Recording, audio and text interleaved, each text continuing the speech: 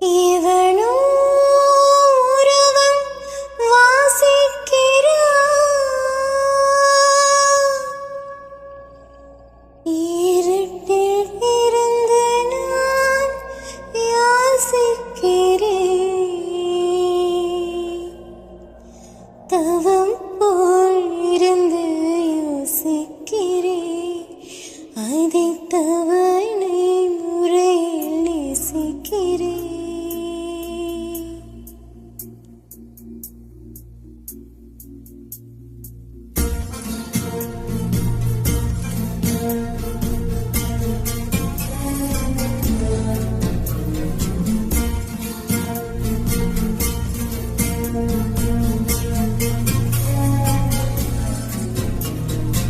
எவனோ ஒருவன் வாசிக்கிறான், இருட்டில் இருந்து நான் யாசிக்கிறேன்.